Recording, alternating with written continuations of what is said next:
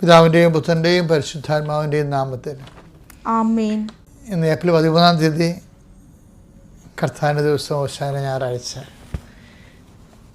നമുക്ക് പ്രാർത്ഥിക്കാം. അമ്മേ പരിശുദ്ധമേ, അമ്മേ പരിശുദ്ധമേ, ദൈവമാതാവേ, ദൈവമാതാവേ, കൃപാസനത്തിലൂടെ ഞങ്ങൾക്കും ഞങ്ങളുടെ ദേശത്തിനും അമ്മ മധ്യസ്ഥം തേടി തന്ന എല്ലാ അനുഗ്രഹങ്ങൾക്കും കൃപകൾക്കും ഞങ്ങളിപ്പോൾ ഹൃദയം നിറഞ്ഞ നന്ദി പറയുന്നു. അമ്മേ പരിശുദ്ധമേ, ദൈവമാതാവേ, 2004 ഡിസംബർ 7 ഉച്ചകഴിഞ്ഞ് 2:30 കൃപാസനത്തിൽ സംഭവിച്ച അമ്മയുടെ പ്രത്യക്ഷപ്പെടലിനെ കുറിച്ച് തിരുസഭയ്ക്ക് സമർപ്പിച്ചിരിക്കുന്ന പഠനരേഖകളുടെ മേൽ വസ്തുനിഷ്ഠവും സഭാത്മകവുമായ പഠനങ്ങൾ ആരംഭിക്കുവാൻ ഞങ്ങൾ താഴ്മയോടെ അങ്ങയോട് അപേക്ഷിക്കുന്നു.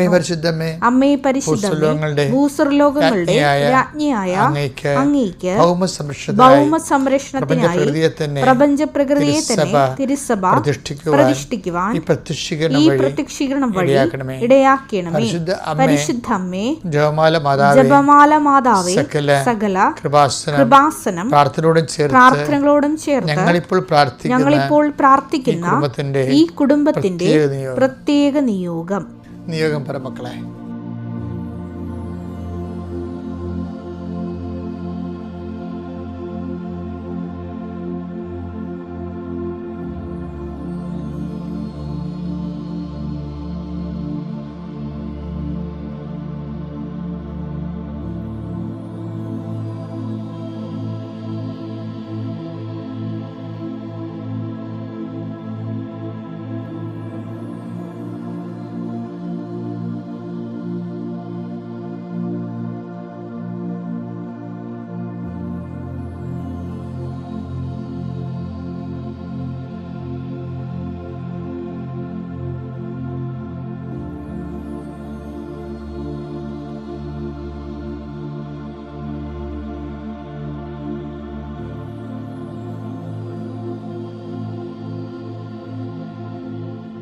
അമ്മയുടെ പ്രത്യക്ഷീകരണത്തിന്റെ ഈ അനുഗ്രഹവേളയിൽ ഞങ്ങൾക്ക് സാധിച്ചു തരുവാൻ കനിയണമേ. വിശ്വാസ പ്രമാണം. സർവശക്തനായ പിതാവും ആകാശത്തിന്റെയും ഭൂമിയുടെയും സൃഷ്ടാവുമായ ദൈവത്തിൽ ഞാൻ വിശ്വസിക്കുന്നു. അവിടുത്തെ ഏകപുത്രനും ഞങ്ങളുടെ കർത്താവുമായ ഈശോമിശിഹായിലും ഞാൻ വിശ്വസിക്കുന്നു.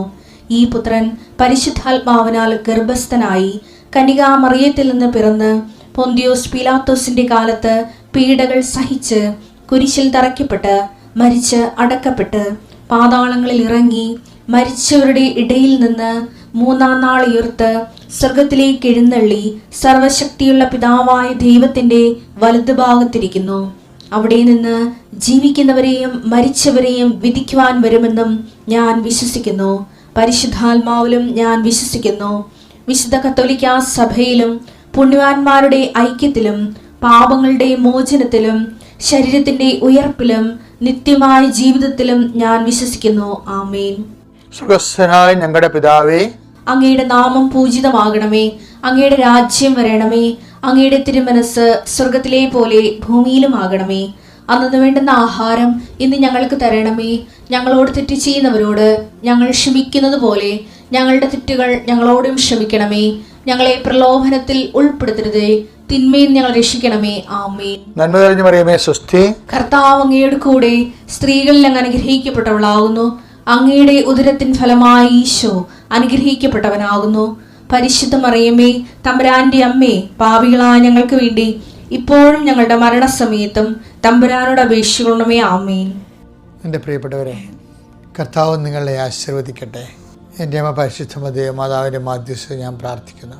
39 കൊല്ലം ഞാൻ അർപ്പിച്ച കുർബാനയുടെ യുഗതയാൽ കൃപാസാൽത്താരെ ജീവനോടെ പ്രത്യക്ഷപ്പെട്ട പരിശുദ്ധമ്മയുടെ മാധ്യസ്ഥതയിൽ അൽത്താരെ നടന്ന 10,000 ആരാധനയുടെ ശക്തിയാൽ ഞാൻ നിങ്ങളെ ജീവിതത്തെ ആശീർവദിക്കുന്നു.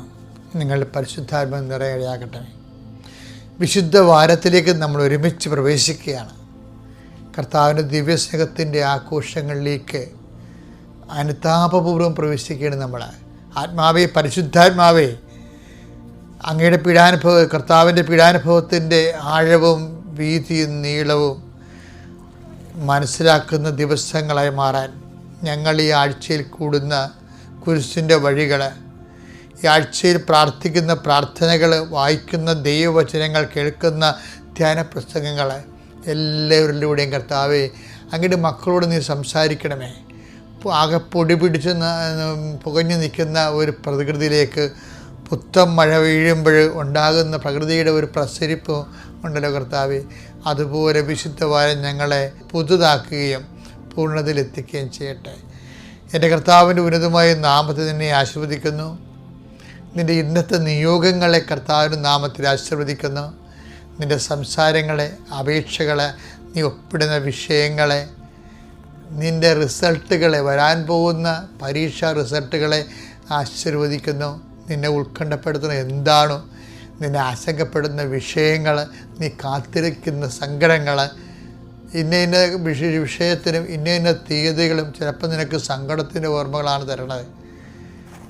അപ്പം അങ്ങനെ സംഭവിക്കാതിരിക്കാൻ ടെസ്റ്റുകൾ ഇനി പോകുന്നവരുണ്ട്. ശരീരത്തിൻ്റെ രോഗത്തിന് ടെസ്റ്റിന് പോകുന്നവരുണ്ട്. ടെസ്റ്റിൻ്റെ റിസൾട്ട് ഇന്ന് പ്രതീക്ഷിക്കുന്നവരുണ്ട്.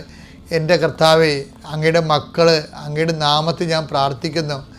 ആരെങ്കിലും ബ്ലഡ് ടെസ്റ്റിന് കൊടുത്തിട്ടുണ്ടെങ്കിൽ, ബയോപ്സിക്ക് കൊടുത്തിട്ടുണ്ടെങ്കിൽ ആ ടെസ്റ്റുകളെല്ലാം കർത്താവെ സന്തോഷപരമായി മാറാൻ ഇടയാക്കണമെന്ന് പ്രാർത്ഥിക്കുന്നു. എൻ്റെ കർത്താവിൻ്റെ ഉന്നതമായ നാമത്തെ ഉറക്കമില്ലാത്തവരെ സംബന്ധിച്ച് പ്രാർത്ഥിക്കുന്നു. പ്രഷറുകാരെയും ഷുഗർ ഷൂട്ടപ്പ് ചെയ്തിട്ട് കൺട്രോളില്ലാതെ പോകുന്നവരെ സംബന്ധിച്ച് പ്രാർത്ഥിക്കുന്നു. കിഡ്നി രോഗികളെ സംബന്ധിച്ച് പ്രാർത്ഥിക്കുന്നു. കരരോഗികളെ സംബന്ധിച്ച് പ്രാർത്ഥിക്കുന്നു. നടുവലിൻ്റെയും ഡിസ്കിൻ്റെ വേദന കൊണ്ട് പിൻകഴുത്തിൽ എല്ല് ഉന്തിയിരിക്കുന്നവരെ സമർപ്പിച്ച് പ്രാർത്ഥിക്കുന്നു. കണ്ണിന് കാഴ്ച കുറവുള്ളവരെ സംബന്ധിച്ച് പ്രാർത്ഥിക്കുന്നു. മൂക്കിന് ദശ വളരുന്നവരെയും കർണത്തിൽ ഒലിപ്പുള്ളവരെയും സംബന്ധിച്ച് പ്രാർത്ഥിക്കുന്നു. വായിൽ കേടുള്ളവരെ സംബന്ധിച്ച് പ്രാർത്ഥിക്കുന്നു. ഉച്ചമുരുള്ളം കലവരെ കർത്താവിൻ്റെ രക്തം പടരട്ടെ. എൻ്റെ കർത്താവിൻ്റെ ഉന്നതമായ നാമത്തിൽ സഭയുടെ അധികാരത്തെക്കുറിച്ചിൻ്റെ അടയാളത്തിൽ ദൈവശക്തിയാൽ നീ ഇന്ന് അനുഗ്രഹിക്കപ്പെടുകയും നീ ഈ ദിവസം നിനക്ക് അനുഗ്രഹമാവുകയും ചെയ്യട്ടെ. എൻ്റെ പ്രിയപ്പെട്ടവരെ, ഇന്ന് അവസാന ഞായറാഴ്ചയാണ്. കർത്താവ് ജനലക്ഷങ്ങളുടെ അകമ്പടിയോടുകൂടി ജെറുസലേം ദേവാലയത്തിൽ വിജയശ്രീലാളിതനായി പ്രവേശിക്കുന്ന ഭയങ്കര ട്രയംബൻ്റ് ആൻഡ് മാഗ്നിഫിഷ്യൻ്റ് ഡേ. അത് നൽകുന്ന ഒരു താക്കീതുണ്ട്. എന്താ, മനുഷ്യൻ്റെ കരബലം ഇല്ലാഞ്ഞിട്ടല്ല, പിതാവിൻ്റെ ഇഷ്ടപ്രകാരമാണ് ഞാൻ എന്നെ തന്നെ നിങ്ങൾക്ക് സമർപ്പിക്കണമെന്ന്. അതാണ് ജനക്കൂട്ടത്തിൻ്റെ അകമ്പടിയോടുകൂടിയാണ് പീഡാസഹനത്തിന് വേണ്ടി വരണത്. ആ ഒരു യുദ്ധമാണ് ശരിക്കും. യുദ്ധം ആരംഭിക്കുക എന്ന അർത്ഥം. യുദ്ധം ആരംഭിക്കുന്ന മുമ്പ് അതിനെക്കുറിച്ച് പറയുന്നുണ്ട്. ശത്രുവിനെ ഐഡൻറ്റിഫൈ ചെയ്യുന്നുണ്ട്.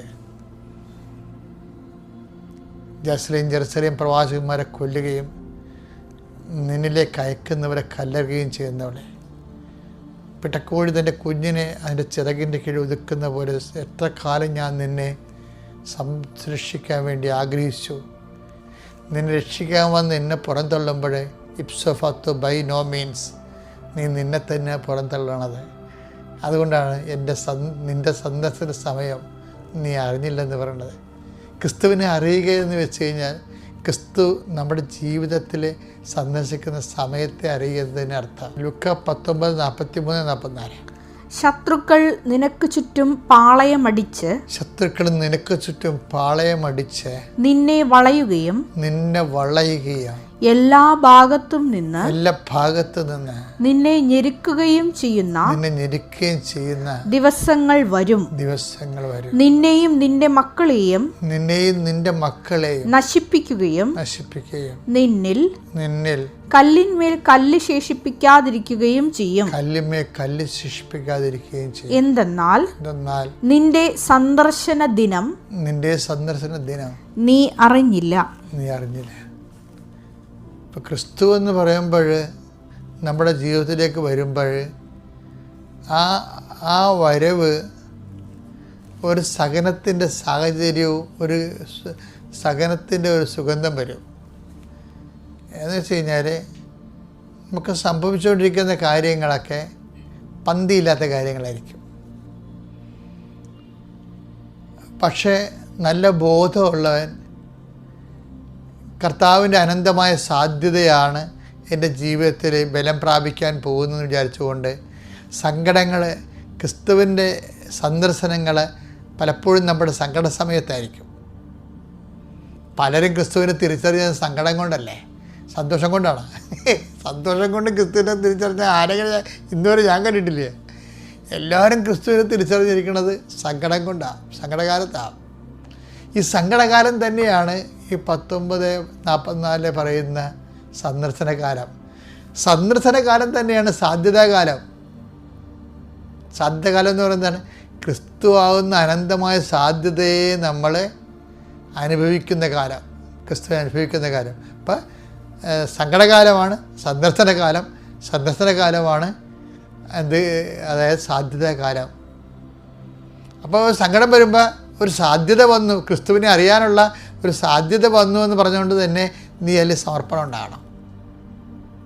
അപ്പം സങ്കടകാലം, സന്ദർശനകാലം, സന്ദർശനകാലം, സാധ്യതകാലം, സാധ്യതകാലം, സമർപ്പണകാലം. പിതാവിൻ്റെയും പുത്രൻ്റെയും പരിശുദ്ധാത്മാവിൻ്റെയും നാമത്തിൽ ആമേൻ.